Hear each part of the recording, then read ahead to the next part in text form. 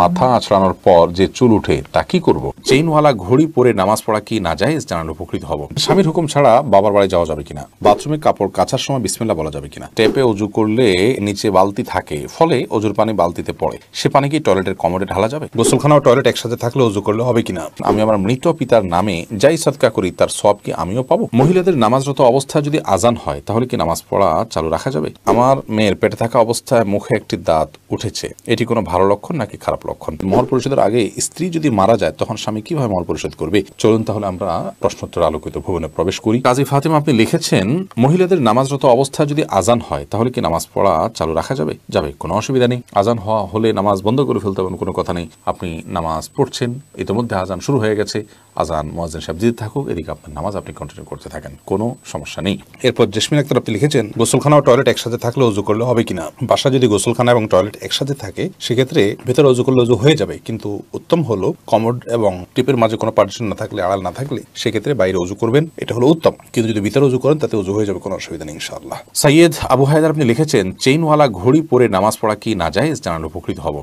না, চেইনওয়ালা ঘড়ি পরে নামাজ পড়লে যেটা নাজায়েজ হবে এমন কোনো কথা নেই। সাবির ইয়াসমিন জানাত আপনি লিখেছেন, স্বামীর হুকুম ছাড়া বাবার বাড়ি যাওয়া যাবে কিনা? আপনি যেহেতু স্বামীর সংসারে থাকেন, অতএব তার সুবিধা অসুবিধা, তার প্রয়োজন ইত্যাদি বিষয় থাকতে পারে, সেই কারণে তাকে আপনি বলে যাবেন। কিন্তু স্বামী আপনাকে আপনার বাবার বাড়ি যাওয়া থেকে বঞ্চিত করে রাখবেন, যেতে দিবেন না, আটকে রাখবেন এবং তার খেয়াল খুশি মতো সে আপনাকে আপনার বাবা মার সাথে সাক্ষাৎ করা থেকে বিরত রাখবেন, সে অধিকার কিন্তু তার নাই। সেটা যদি তিনি করেন তাহলে তিনি অন্যায় করছেন। তবে হ্যাঁ, অবশ্যই আপনি চেইন অফ কমান্ড, একটি ফ্যামিলির পারস্পরিক যে বোঝাপড়া, সেটা যেন ভালো থাকে আপনি বলে যাবেন, এবং এই বলে যাওয়ার মধ্যে ভদ্রতা, এই বলে যাওয়ার মধ্যে নিজেদের বোঝাপড়া যে আছে সেটির প্রমাণ হয়। বিধায় এটাকে দোষণীয় মনে করা যে আমি তাহলে কি বন্দী হয়ে গেলাম, এরকমটি মনে করার কোনো কারণ নেই। কাজল আইডি থেকে আপনি লিখেছেন, উজু করার পরে কি আয়নায় মুখ দেখলে উজু ভেঙে যাবে? না, কোনো অসুবিধা নেই, উজু ভাঙবে না। এমডি আবুল কালাম আপনি লিখেছেন, মহর পরিশোধের আগে স্ত্রী যদি মারা যায় তখন স্বামী কিভাবে মহর পরিশোধ করবে?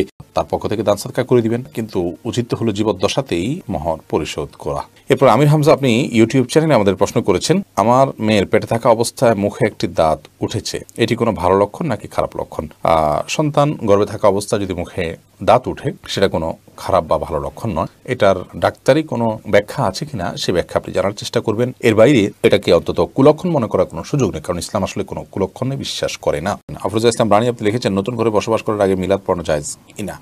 নতুন ঘরে বসবাস করার আগে কোনো মিলাদ পড়াবেন না, এরকম কোনো নির্দেশ কোনো হাদিস আমাদেরকে দেয়নি।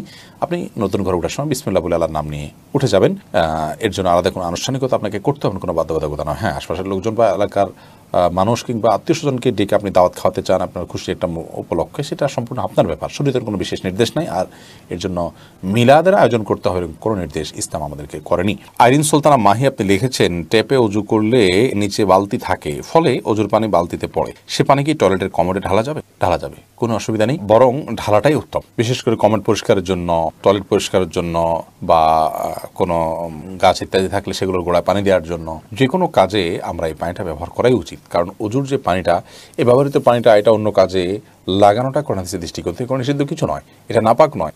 এটা আমরা হয়তো এটার মাধ্যমে পবিত্রতা অর্জন করতে পারবো না, কিন্তু অন্য যে কোনো কাজে আমরা ব্যবহার করতে পারবো। ধরুন কমোড পরিষ্কার করা কিংবা বাথরুমের ভেতরের অংশ পরিষ্কার করার জন্য পানি ঢালতে পারি, কোনো অসুবিধা নেই, কারণ এই পানিটা নাপাক নয়। এরপরে নুসরাত মাহি আপনি লিখেছেন, আমি আমার মৃত পিতার নামে যাই সদকা করি তার সওয়াব কি আমিও পাবো? আপনার মৃত পিতার নামে যে সাদকা আপনি করবেন, আশা করা যায় আল্লাহ রাব্বুল আলামিন আপনাকেও এক্সট্রা হিসাবে তার সাদকার সওয়াব দিবেন। কারণ আপনি যেহেতু পরিশ্রম করেছেন, আপনি যেহেতু কষ্ট করেছেন, আল্লাহ রাব্বুল আলামিন সেজন্য আপনাকে বঞ্চিত করবেন না। কারণ আল্লাহ রাব্বুল আলামিন কাউকে তার পরিশ্রমকে পণ্ড বা ব্যর্থ হতে দেন না, যতক্ষণ পর্যন্ত সেটি আল্লাহ সন্তুষ্টির জন্য হবে এবং সঠিক নিয়মে হবে। আফিফ হাসান শুভ আপনি লিখেছেন, টাকাতে ছবি থাকে বুক পকেটে রেখে নামাজ পড়া যাবে কিনা? যাবে, কোনো অসুবিধা নেই, কারণ সেটা প্রদর্শিত হচ্ছে না, ভেতরে আছে। নয়নে আইডি থেকে আপনি লিখেছেন, একসাথে অনেক মসজিদে আজান হলে কয়টি আজানের জবাব দিতে হবে? আপনি প্রথম যে আজানটি শুনছেন আপনার কানে এসছে, সেই আজানটির জবাব আপনি দিবেন, এর পরেগুলো দেওয়া আপনার জন্য নির্দেশিত নয়। আনাস চৌধুরী আপনি লিখেছেন, চোখ বন্ধ রেখে সালাত আদায় করা যাবে কি? এই বিষয়ে আমাদের একটা ভিডিও আছে, মেহরবানি করে সেটা দেখে নেবেন। চোখ বন্ধ রেখে সালাত আদায় করা যাবে অতিরিক্ত মনোযোগ সৃষ্টি করবার জন্য, কিন্তু এটাকে নিয়ম বানিয়ে নেওয়া সুন্নাহ নয়।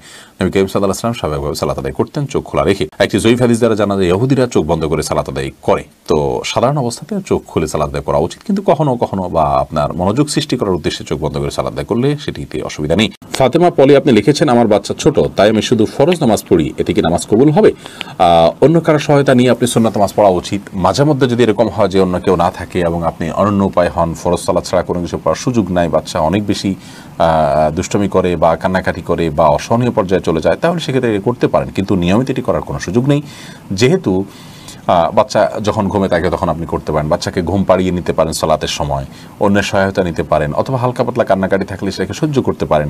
অনেকে বাচ্চার প্রতি এত বেশি মায়া করেন যে বেশি মায়া করতে গিয়ে ইবাদত বন্দেগীর ক্ষেত্রে অনেক ছাড় তিনি দিয়ে নেন, যেটা উচিত নয়। হাফেজ মোহাম্মদ আরিফ বিল্লাহ আপনি লিখেছেন, ঘড়ি কিংবা চশমা পরলে নামাজ পড়া যাবে কি না?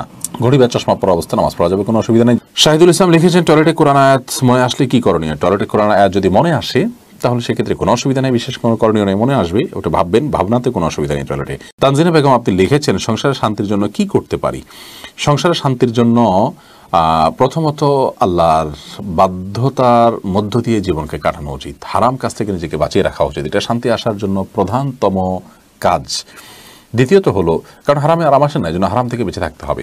দ্বিতীয়ত হলো, সংসার শান্তি আনার জন্য সবর করতে হবে, ধৈর্য ধারণ করার মানসিকতা আনতে হবে, ছাড় দেওয়ার মতো মানসিকতা আনতে হবে। দুনিয়ায় সব নয়, সেটি মাথায় রাখতে হবে। অতএব দুনিয়াতে বিভিন্ন সমস্যা, বিভিন্ন বিপদ, বিভিন্ন মুসিবত, এগুলোকে মেনে নেওয়ার মতো মানসিকতা এবং প্রবণতা আমাদের মধ্যে থাকা চাই। হোসাইন আপনি লিখেছেন, চ্যাটিংয়ের সময় মিথ্যা কথা বললে কি গুনাহ হবে যদি মন থেকে না বলি? মিথ্যা সর্বাবস্থায় গুনাহ, মন থেকে না বললেও সেটা গুনাহ হবে। এরপরে নাইম নূর লিখেছেন, মসজিদের ভিতরে কথা বললে 40 বছরের ইবাদত নষ্ট হয়ে যায়, কথাটা কি সঠিক? না, এরকম কথা কোনো দেশে আছে বলে আমার জানা নেই। প্রয়োজনীয় কথা মসজিদের ভিতরে অবশ্যই বলা যাবে। নাজমা আক্তার লিখেছেন, মাথা আঁচড়ানোর পর যে চুল উঠে তা কি করব? সেটা সবচেয়ে ভালো হয় যদি কোনো মাটিতে দাফন করবে, এমন জায়গায় ফেলবেন যাতে মানুষের শরীরের অপমান বা অসম্মান না হয়। ময়লার সাথে না ফেলানো উচিত, যদি ফেলে দেওয়া হয় ময়লার সাথে তাতে কোনো বড় গুনাহ হবে ব্যাপারটা সেরকম না, এটা জাস্ট উচিত অনুচিত, উত্তম অনুত্তমের কাজ, শিষ্টাচারের বিষয়। সৈকত খান লিখেছেন, বিয়ের পরে কাবিনের টাকা কমানো যাবে কি? বিয়ের পর যদি স্বামী তার স্ত্রীর সাথে আলাপ আলোচনার মাধ্যমে আপনার মাফ নেন, কমানো তো আর যাবে না, যা ফিক্স হয়ে গেছে তা। স্ত্রী যদি কোনো কিছু মাফ করেন তাহলে আল্লাহ তাআলা সে সম্পর্কে বলেছেন, ফাকুলুহু হানিআম মারিআ, তাহলে সেটা তোমরা ভক্ষণ করতে পারো বা ভোগ করতে পারো। স্ত্রী যদি বলেন যে ঠিক আছে আমি তোমাকে ছাড় দিলাম, আপনি দিতে পারেন না, সামর্থ্য নাই, আপনি তার কাছে ছাড় চাইলেন, সে যদি ছাড়টা দিয়ে দেয় তাহলে সেটা ভোগ করতে পারেন। বাট এর মানে এই নয় যে মোহর পরিবর্তন হয়ে গেছে, মোহর যা ছিল তাই, সে হয়তো মাফ করেছে আপনাকে, জাস্ট এটুকু আপনি করতে পারেন। আপনি ফরাদ হোসেন আপনি লিখেছেন, বাথরুমে কাপড় কাচার সময় বিসমিল্লাহ বলা যাবে কিনা? বাথরুমে কাপড় কাচার সময় বিসমিল্লাহ বলবেন, বিশেষ করে যখন কমোডের সাথে আপনার ওই জায়গার পার্টিশন থাকবে। যদি পার্টিশন না থাকে তাহলে ওজুর সময় যেরকম মুখে বিসমিল্লাহ বলা নিষেধ, অনুচিত, মাকরুহ, ঠিক একইভাবে এখানেও মুখে বিসমিল্লাহ বলবেন না, মনে মনে বিসমিল্লাহ বলে কাপড় কাচবেন।